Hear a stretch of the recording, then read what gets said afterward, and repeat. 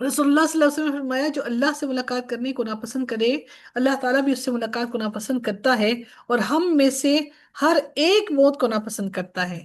تو حضرت عائشہ نے کہا رسول اللہ صلی اللہ علیہ وسلم نے اسی طرح فرمایا تھا، لیکن اس کا مطلب وہ نہیں جس کی طرف تم چلے گئے ہو، بلکہ اس کا مطلب یہ ہے کہ جب آنکھیں پھٹ جائیں اور سینے میں دم گھٹنے لگے اور رونگٹے کھڑے ہو جائیں اور انگلیاں اکڑ جائیں، اس وقت جو اللہ سے ملاقات کو پسند کرے، اللہ تعالیٰ بھی اس سے ملاقات کو پسند کرتا ہے، اور جو اللہ تعالیٰ سے ملاقات کو ناپسند کرے، اللہ تعالیٰ بھی اس سے ملاقات کو ناپسند کرتا ہے۔ انسان جلد ہی جان لے گا جو کچھ اس نے کیا۔ حضرت ابو ہریرہ سے روایت ہے کہ رسول اللہ صلی اللہ علیہ وآلہ وسلم نے فرمایا 6 چیزوں سے پہلے نیک اعمال میں جلدی کرو: ایک دجال کے نکلنے سے، دوسرا دھواں کے نکلنے سے، تیسرا زمین کا جانور نکلنے سے، چوتھا سورج چوتھا سورج کا مغرب سے نکلنے سے، پانچویں قیامت کے دن سے، چھٹے یعنی جب یہ باتیں آ جائیں گی تو نیک اعمال کو قابو جاتا رہے گا۔ یعنی جب یہ تمام باتیں آ جائیں گی، نیک اعمال جو ہیں وہ پھر کسی کام نہیں ہوں گے۔ رسول اللہ صلی اللہ علیہ وسلم نے فرمایا تم لذتوں کو ختم کر دینے والی یعنی موت کا ذکر بڑی کثرت سے کیا کرو۔ یہ وہ موت ہے جو انسان کی لذت کو ختم کر دیتی ہے۔ انسان موت جب یاد کرتا ہے تو یقیناً انسان اللہ تعالیٰ کی طرف پلٹ کر جاتا ہے۔ ہمیں موت ہی یاد نہیں، ہمیں اپنے کپڑے اوڑھنا پہننا، بچھونا، کھانا پینا سب یاد ہے، اولاد یاد ہے، رشتہ دار یاد ہے، گھر بنانا یاد ہے، مال یاد ہے، دولت یاد ہے، صرف موت یاد نہیں۔ یہ جب تک موت کو یاد نہیں کریں گے دنیا کی لذتیں ختم نہیں ہوں گی۔ اللہ رب العزت نے مزید فرمایا وَمَا أَهْلَكْنَا مِنْ قَرْيَةٍ إِلَّا وَلَهَا كِتَابٌ مَعْلُومٌ، اور ہم نے کسی بھی بستی کو ہلاک نہیں کیا مگر اس کی ایک مقررہ مدت لکھی ہوئی تھی۔ یعنی دوسرے لوگوں نے کہا کہ کتاب معلوم کا معنی معین میعاد ہے، یہ اہل مکہ کے لیے تنبیہ بھی تھی اور رہنمائی بھی کہ وہ اپنے شرک اور اپنے عناد سے باز آ جائیں، کیونکہ ان جرائم کی وجہ سے وہ اس بات کی مستحق ہیں کہ انہیں صفائی ہستی سے مکمل طور پر مٹا دیا جائے گا۔ مہلت اللہ تعالیٰ نے مجھے اور آپ کو بھی دے رکھی ہے۔ مہلت اللہ نے ہمیں یہ دے رکھی ہے کہ دنیا میں زندگی عطا کی ہے، کہ اللہ ہمیں کب کب واپس پکڑ لے گا ہم نہیں جانتے۔ اللہ نے بہت سی بستیاں ایسے ہی نہیں تباہ کرتی، وہ بھی ہماری جیسی، شاید وہ ہم سے کم ہی گناہگار ہوں، ہم ان کے مقابلے میں کئی گنا زیادہ گناہگار ہیں۔ وما تسبق من أمة أجلها وما يستأخرون، کوئی امت اپنی مقررہ مدت سے نہ آگے بڑھ سکتی ہے اور نہ ہی پیچھے رہتے ہیں۔ اللہ نے جو وقت لکھ رکھا ہے نہ اس میں تاخیر ہوگی نہ اس میں جلدی ہوگی۔ وقالوا يا أيها الذي نزل عليه الذكر إنك لمجنون، اور انہوں نے کہا کہ اے وہ شخص جس پر ذکر نازل کیا گیا ہے بلا شبہ تو یقیناً دیوانہ ہے۔ نبی کریم صلی اللہ علیہ وسلم کو کیا کہتے ہیں؟ کہ نبی کریم صلی اللہ علیہ وسلم دیوانے ہیں۔ ہر دین کی تعلیم رکھنے والے کو، ہر دین سکھانے والے کو لوگ پاگل ہی سمجھتے ہیں، بے وقوف ہے، ہر وقت پیچھے پڑا رہتا ہے، مجنون سمجھتے ہیں، اس کے پاس بہت فالتو کا وقت ہے، ہمارے پاس وقت نہیں ہے۔ لو ما تأتینا بالملائکۃ ان کنت من الصادقین، کیوں نہیں تو ہمارے پاس فرشتوں کو لے آتا اگر تو سچے لوگوں میں سے ہے۔ وہ کہتے ہیں، مطالبہ کیا کرتے ہیں کہ فرشتوں کو لے کر آؤ، ہم اپنی آنکھوں کے سامنے فرشتوں کو دیکھیں۔ تو وہ یہ مطالبہ بار بار کرتے اگر تم سچے ہو تو فرشتوں کو لے آؤ ہمارے سامنے۔ ما ننزل الملائکۃ الا بالحق وما كانوا ان اذا منظرین۔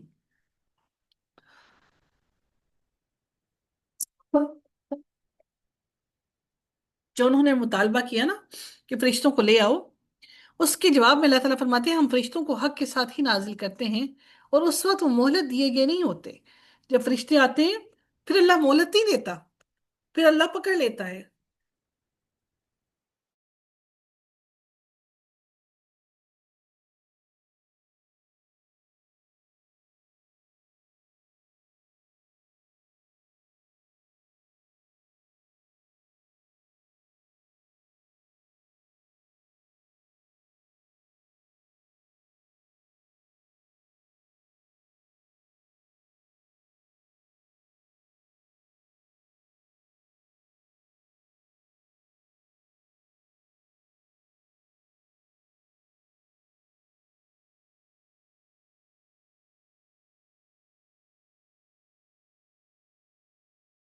اس لیے اللہ رب العزت نے فرمایا کہ ہم جب فرشتوں کو لے آتے ہیں، نازل کرتے ہیں، تو پھر اس کے بعد اللہ مہلت نہیں دیتا۔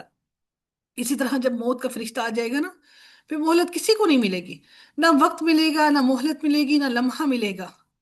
اللہ رب العزت نے اسی لیے فرما دیا کہ اگر ہم فرشتوں کو لے آتے ہیں تو تمہارے لیے پھر وہ بس پھر اللہ کا صرف کلام کو نازل کر دینا ہوتا، پھر مہلت نہ ملتی۔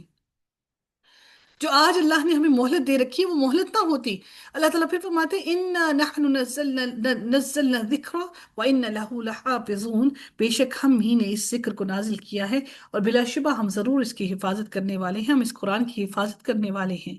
اللہ کو کوئی فرق نہیں پڑتا، کوئی آئے نہ آئے، کوئی سیکھے نہ سیکھے، کوئی پڑھے نہ پڑھے، اللہ کا کلام ہمیشہ ہے، ہمیشہ رہے گا۔ اللہ تعالیٰ جب کسی سے ناراض ہوتا ہے نا تو اس کو دنیا داری میں ڈال دیتا ہے۔ اللہ اس کو اپنا اللہ اس کو اپنی طرف لاتا ہی نہیں۔ وَلَقَدْ أَرْسَلْنَا مِن قَبْلِكَ فِي شِيَعِ الْأَوَّلِينَ، اور بلا شبہ یقیناً تم سے پہلے ہم نے پہلی قوموں میں کئی رسول بھیجے ہیں۔ یعنی اللہ تعالیٰ نے ہر قوم میں کئی رسول بھیجے ہیں۔ اللہ تعالیٰ پھر فرماتے ہیں اگلی آیت کے اندر وَمَا يَأْتِيهِم مِّن رَّسُولٍ إِلَّا كَانُوا بِهِ يَسْتَهْزِئُونَ، اور ان کے پاس کوئی رسول نہیں آتا مگر وہ اس کا مذاق اڑاتے ہیں۔ ہر رسول کا انہوں نے مذاق اڑایا، ہر کسی نے اپنے پاس آنے والے ہر رسول کا مذاق اڑایا۔ اسی طرح انہوں نے نبی کریم صلی اللہ علیہ وسلم کا بھی مذاق اڑایا۔ ہر رسول کا مذاق کیوں اڑاتے تھے؟ مذاق اس کا اڑایا جاتا ہے جس کو آپ اپنے سے کمتر سمجھتے ہیں۔ اللہ تعالیٰ فرماتے ہیں ان لوگوں کے لیے، وہ لوگ جنہوں نے جرم کیے اور وہ ان پر جو لوگ ایمان لائے ہنسا کرتے تھے، اور جب وہ ان کے پاس سے گزرتے تو آپس میں آنکھوں سے اشارے کرتے تھے، اور جب وہ اپنے گھر والوں کی طرف واپس آتے تو مزے لیتے ہوئے واپس آتے تھے، اور جب انہیں دیکھتے تو کہتے یقیناً یہ بھٹکے ہوئے لوگ ہیں، حالانکہ وہ ان پر نگہبان بنا کر نہیں بھیجے گئے تھے۔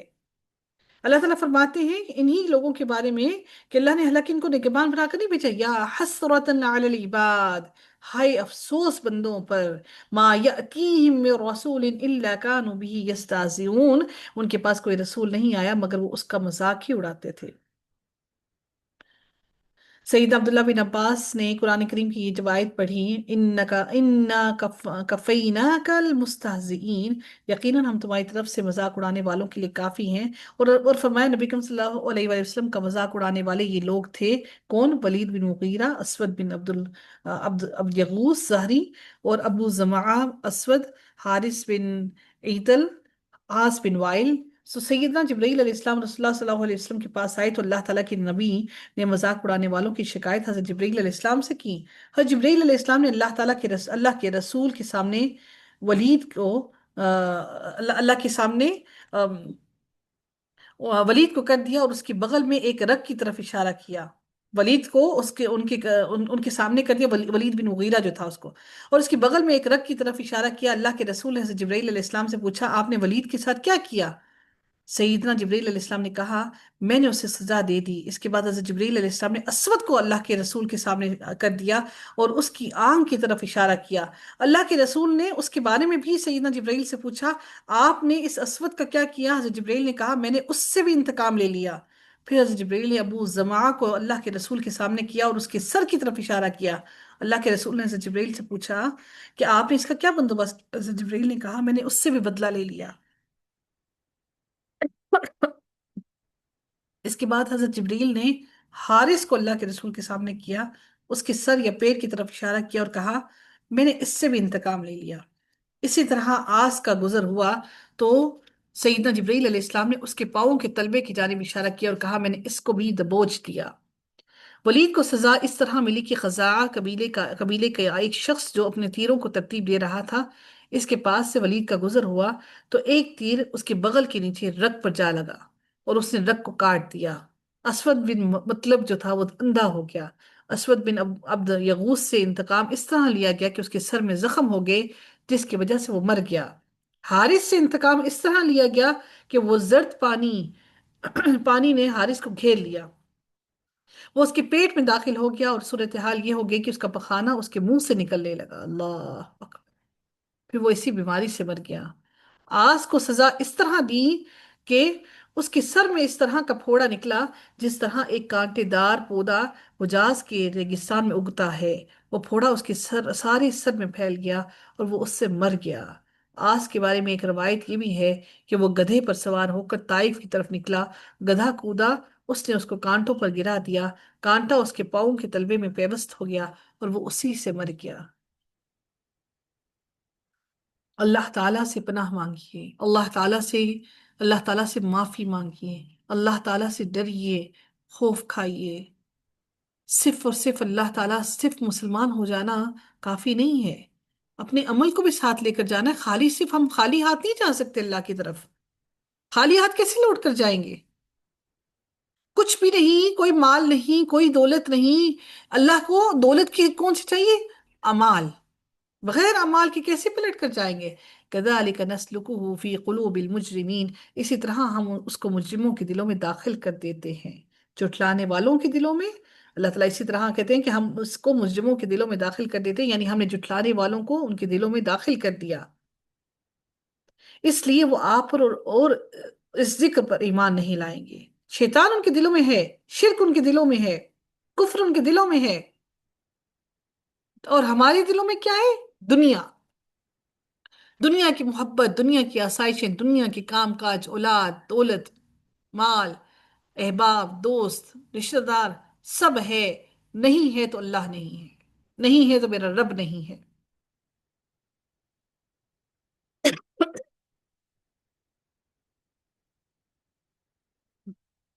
لا یؤمنون به وقد خلت سنت الاولین، وہ اس پر ایمان نہیں لائیں گے اور بلا شبہ پہلے لوگوں کا بھی یہی طریقہ تھا، وہ بھی ایسے ہی تھے۔ وَلَوْ فَتَحْنَا عَلَيْهِمْ بَابًا مِّنَ السَّمَاءِ فَظَلُّوا فِيهِ يَعْرُجُونَ، اور اگر ہم ان پر آسمان کا کوئی دروازہ کھول دیں بس وہ اس میں چڑھنے والے ہو جائیں، یعنی اس سے کیا مراد ہے کہ قرآن مجید نے واضح کیا ہے کہ یہ ایسے ہٹ دھرم لوگ ہیں کہ اگر یہ دن دہاڑے آسمان پر چڑھتا دیکھ لیں، بلکہ خود بھی چڑھ جائیں، آسمان کے کھلے دروازے بھی دیکھ لیں، تب بھی ایمان نہیں لائیں گے۔ اتنی بلندی پر پہنچ کر بھی ان کی سوچ بلند نہیں ہوگی، یہی کہیں گے کہ ہم پر جادو کر دیا گیا ہے۔ دیکھیں اگلی آیت میں اللہ نے کیا کہا، حالانکہ اپنی آنکھوں سے آسمان پہ چڑھنا بھی دیکھ لیں، پھر بھی کہیں گے لَقَالُوا انما سُكِّرَتْ أَبْصَارُنَا بَلْ نَحْنُ قَوْمٌ مَسْحُورُونَ، تو وہ پھر بھی یہی کہیں گے کہ ہماری آنکھوں کو سحر زدہ کر دیا گیا، ہم تو کسی نشے میں مبتلا ہو گئے، کہ ہم تو یہ نشے کے طور پر ہمیں دکھایا جا رہا ہے۔ تو تب بھی وہ اگر اپنی آنکھوں سے آسمان پہ چڑھتا ہوا دیکھ بھی لیں، کوئی سیڑھی لگ بھی جائے، آسمان کی بلندیوں میں چڑھ بھی جائے، فرشتوں کو دیکھ بھی لیں، تب بھی ان کے الفاظ یہی ہوں گے کہ ہم تو سحر زدہ ہیں۔ اللہ تعالی ہم سب پر رحم فرمائے، مجھ پر بھی، آپ پر بھی، اور ہم سب پر اللہ رحم فرمائے، ہماری کوتاہیوں سے درگزر فرما دے، اللہ ہمیں اپنے دین کے لیے خالص کر لے، مخلص کر لے۔ آخر دعوانا الحمد للہ رب العالمین، صلی اللہ تعالی علی خیرہ خلقہ اجمعین، برحمتك يا أرحم الراحمين، سبحانك اللهم وبحمدك نشهد أن لا إله إلا أنت نستغفرك ونتوب إليك۔ السلام علیکم ورحمۃ اللہ وبرکاتہ۔